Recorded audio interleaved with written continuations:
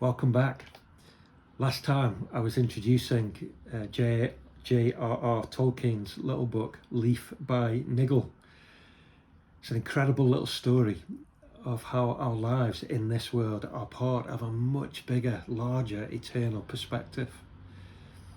And I said that Tolkien's book deeply resonated with me in all sorts of ways. When the chips have been down, and I've wondered if I would make it through some crisis, or the question has come, has this all been for nothing? The thought that Jesus knows the deepest yearnings of my own heart, the fact that he has inspired and seen and noticed my feeble work, the fact that what matters to him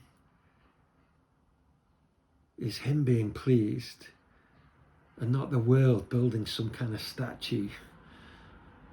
The resurrection of Jesus changes everything, because it means that even my worst failure and deepest frustration can never be fatal if it's endured with him.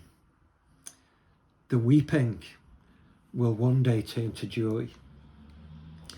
The groaning when things are hard is natural, but it will not be the final word. In God's economy, there's a point to what I'm doing, even if no one else thinks there is.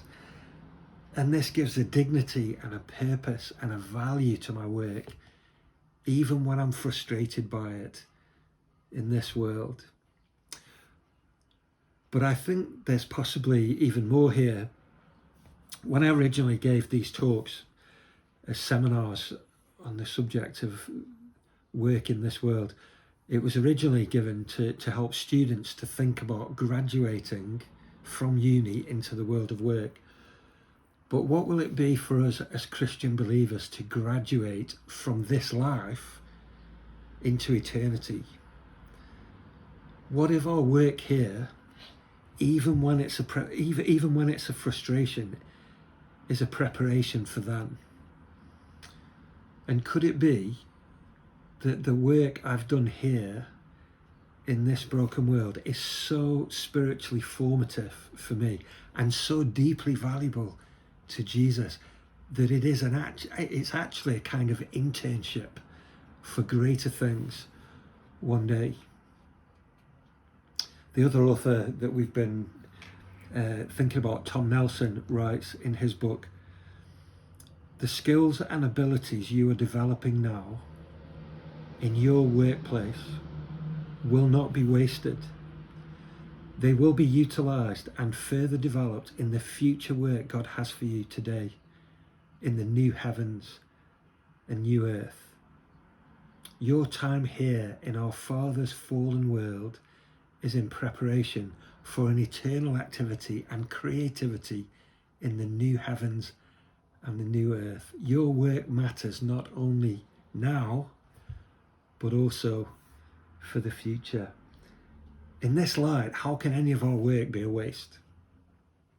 Even if the world rips up what we do and throws it in the bin, if it's done in Christ, he knows and sees and is pleased. I do love the sentiment at the end of 1 Corinthians chapter 15. This whole chapter is about the resurrection, and right at the end, in verse 58, Paul says this: "Therefore, my dear brothers and sisters, stand firm. Let nothing move you. Always give yourselves fully to the work of the Lord, because you know that your labor in the Lord is not in vain."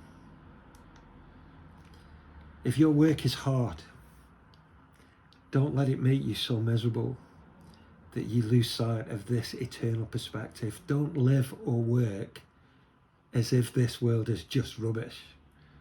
Live and work as if the world is good but broken and will one day be redeemed. Thanks for watching. I'll see you next time.